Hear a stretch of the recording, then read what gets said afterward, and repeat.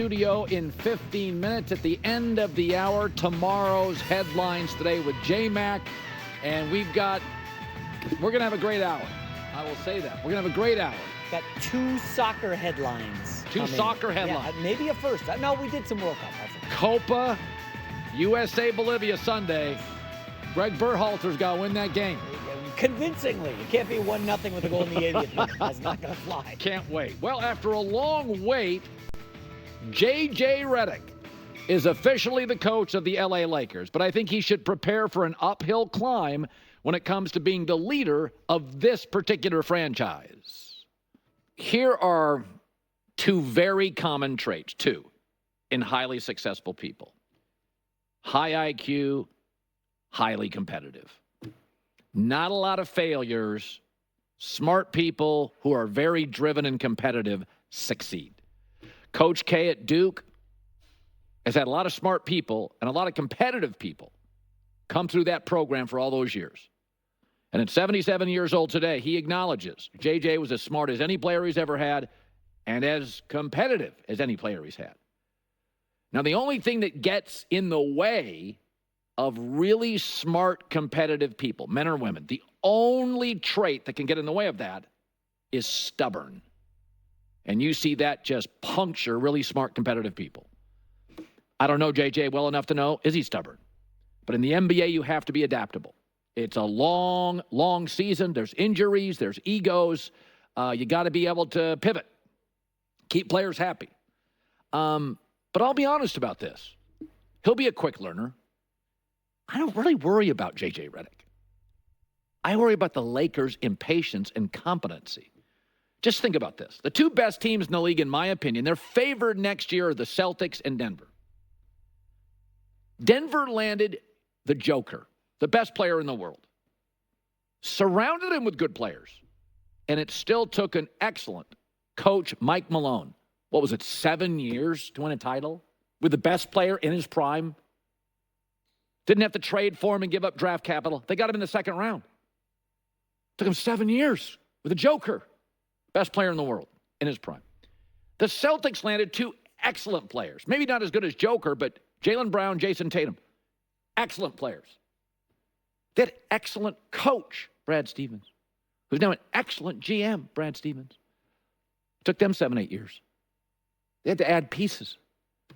So whether you land the best player in the world or 2 other elite players, we've had 6 champions in 6 years. The talent is all spread out. Gone are the Shaq Kobe years, the Magic Kareem Worthy years. It's not like that anymore. Hard to get a 3rd star. Now, the good news for the Lakers, they have 3 nice pieces. Anthony Davis is a top 12 player. Defensively, he's a gem. LeBron's still very, very, very good and a playmaker. He makes people around him better. And Austin Reeves is a solid playmaker. If I had to move him, I would, but he's a solid playmaker. They could also trade D'Angelo Russell if he opts in, or if he opts out, they got $18 million to play with. So there are far worse situations in the NBA to inherit than what JJ Redick is. But there's a lot of things to consider here. They don't have any shooters. JJ's a shooter. He wants a roster of shooters. That's his game.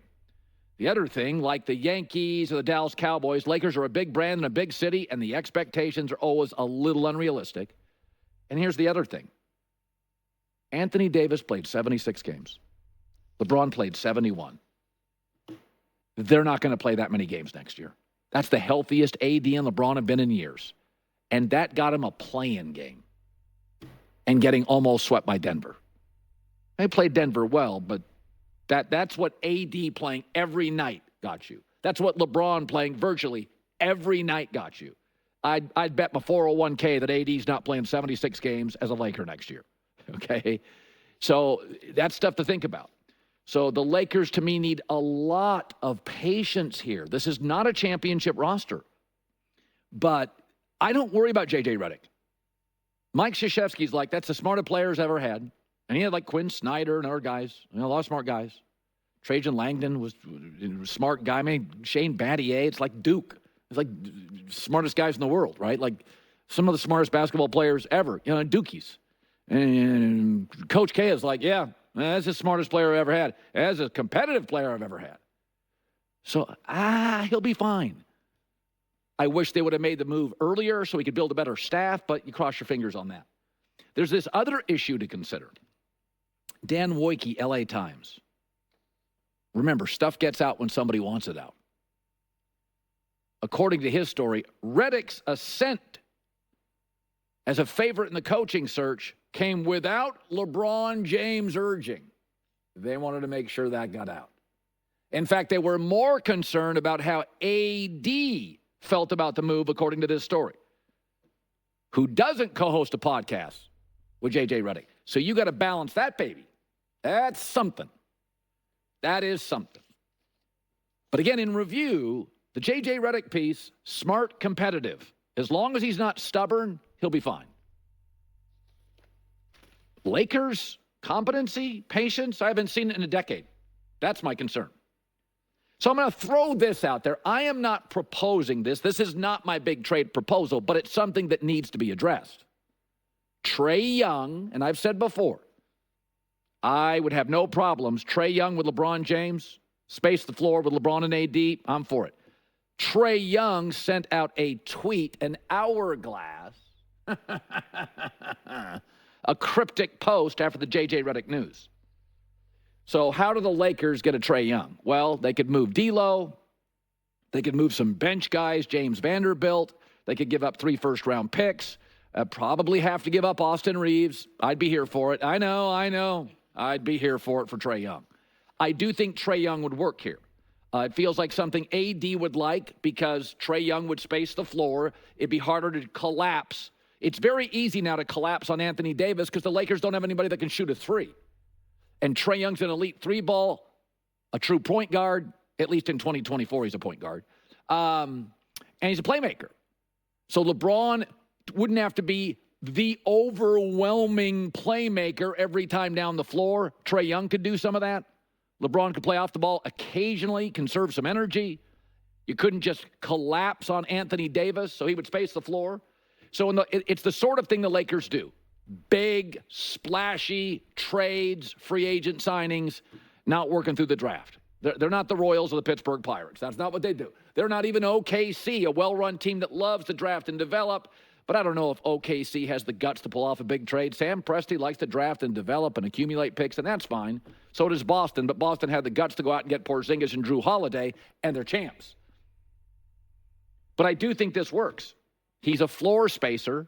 He is what they are not. In his prime, really quick, playmaker, and can shoot threes. I mean, this team is the Celtics, number 1 in the NBA shooting threes. Lakers 28th. I mean, he is exactly what the doctor ordered. Quick, twitchy, prime, threes, playmaker. And it should be noted, what was JJ Redick? He was a guard that shot threes. How do we know if JJ Redick can coach bigs? He never was a big. He's never coached bigs. But I know JJ Redick. If you listen to JJ Redick, this is a guy JJ Redick could work with. JJ Redick was a playmaker. He was a moving around the floor guy. He was a shooting threes guy. My guess is quarterbacks, no quarterbacks. Playmakers and shooters, no playmakers and shooters. He'd be good with Trae Young. So I wouldn't propose this, but I'd be okay with it. I think there's a better deal out there. But I do think another thing to consider, if you made the Trae Young deal, and I was at an event in the last 6-7 months where Trae Young was there and LeBron made a point of showing up. Just saying. I was at the event. LeBron didn't have to come. Trae Young was there, and LeBron made sure he got to the event. Just to shake hands, say hi.